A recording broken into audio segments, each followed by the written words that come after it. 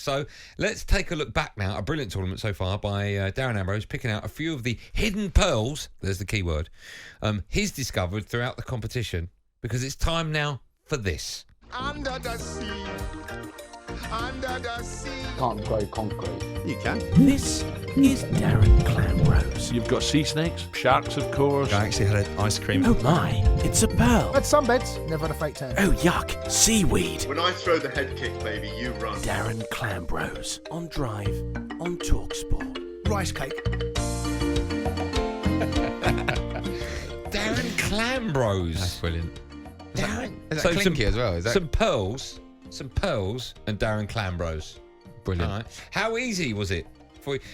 When you watch football? I find it really difficult to watch football, right, and take note of everything. Yeah. Right? I like just watching football. Yep. So when you're watching, because there's so many games about to watch over the World Cup. Some I've absolutely loved, but others I'm like, I can't be bothered to watch this game. Yep. Have you watched every single game? No, I've tried. No, Yeah, I haven't. No, I've tried. Yeah.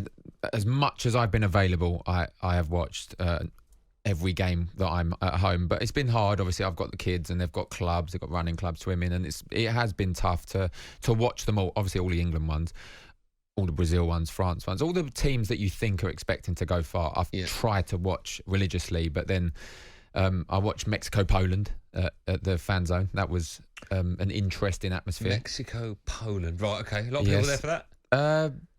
30 maybe. It was one 30,000? 30. Just 30 people? 28, me and Charlie Baker, so yeah, Wow. 30. Is that where you did your Q&A? Yes, that was the first one. It was only the second day, I think, of the World Okay. Cup, so no one had really heard about the fan zone. Then I done England-Senegal there. Oh, and wow. Rammed. Yeah, it was nice. brilliant. So yeah, but no, I've tried to pick, and it's so difficult, you'll know. There's so many players that have stood out, but I've just picked a few players, not so much that I'd like Spurs to sign. There are one or two that I would. I've got a load of honourable mentions that I can say as well. I'm sure we'll get loads of messages, but I'm going to start with Sofiane Amrabat. Okay. And I think everyone he'll be on everyone's top five in terms of what he's done. The defence, it's similar mould to Kante, in my opinion. I think he's been outstanding. The tackle on Mbappe the other day I thought was sensational.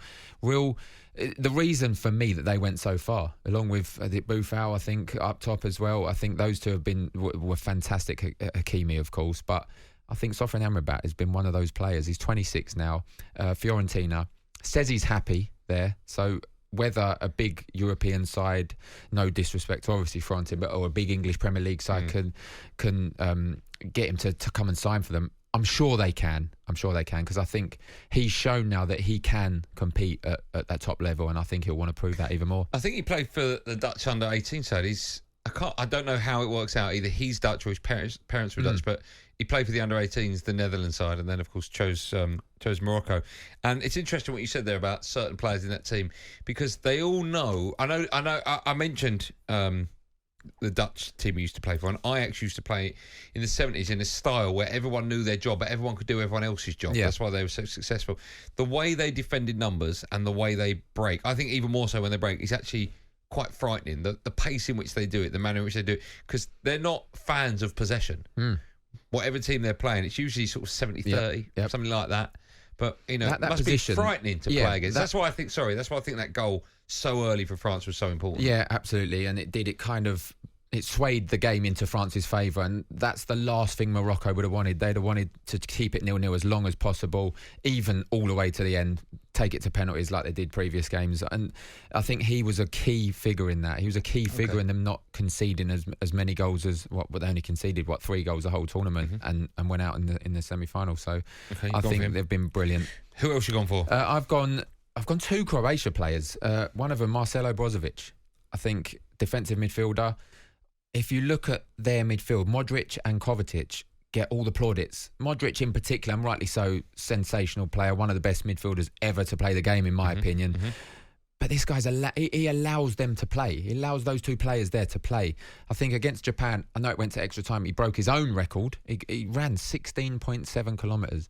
Now, people may think 120 minutes. About 10 miles, right? Yeah, about 10 miles. People may look at 120 minutes. That's not a lot, but the average Premier League player, I'd say, is about 11 to 11.5 kilometres a game, a match, and that's 90 minutes. I think the most I ever ran was just over 13, and I was done in for the next few days. This guy's 16.7. I think he played 140 minutes against Brazil and ran 15.7. So he was on his way there to even breaking that, and makes no difference. But it was reported the other day that he actually smokes as well. So how he's got that? He's quite old as well, isn't he? Yeah, 30? Yeah, he's 30.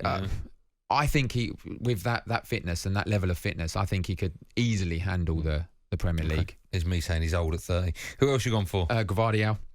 I think I'm pronouncing that right. I know there's a V in it. I don't know if it's a silent V, but Gvardiol, I think.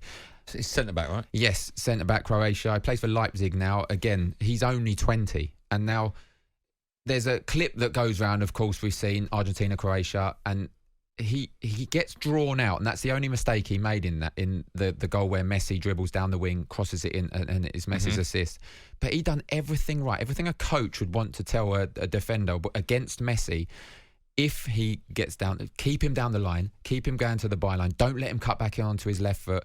He done everything right, everything a coach would have told you. And it was just unlucky that it was against one of the best players to ever play, and he managed to get round him and cross it. But other than that clip that's going around, I think he's been a sensation. And I look at where he plays in terms of centre-half, and then I look at my team and Spurs, what they need. They've got Romero. They need another centre-half. I'd be going all out to get this guy. Okay. I thought you'd have picked the right back or a right wing back. Go on, you've got two left. Julian Alvarez. Now, we all know, obviously, that Man City, Pep Guardiola knows what he's like, and that's why he signed for Manchester City. But 14 million this guy cost. When you said that earlier on, I was like, are you sure you got that right? That's a ridiculous bargain. It's incredible. If you think it's gone under the radar because for Haaland signing for Manchester City, 4 goals already. The goal that he scored the other night summed him up. The way he is relentless, he never gives up, never stops. And yeah, he ricocheted a few times and he got in a fantastic finish. He's got 4 goals. He's one of the players that I said earlier that he only needs a couple of goals in the final and he's top goal scorer.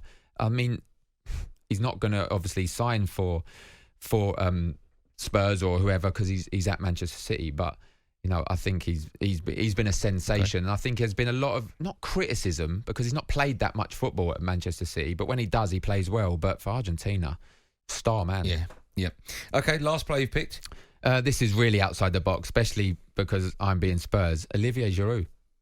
And that's a strange one. I think he's surprised that he stepped up now that Benzema was injured. Yeah. Again, this guy, again, another one, if he scores 2, I know it's ifs and buts, but if he scores a couple of goals, France win it. He wins the tournament 4 years ago without scoring a goal, and then he'll win this tournament being top goal scorer. I think at 36, he's really stepped up, overtaken Henry in France's all-time leading goal scorer. He knows what he is. He knows, and that's why he left Chelsea. He knows he needs to be playing to produce what he can produce. I'd love to see him come back to the Premier League.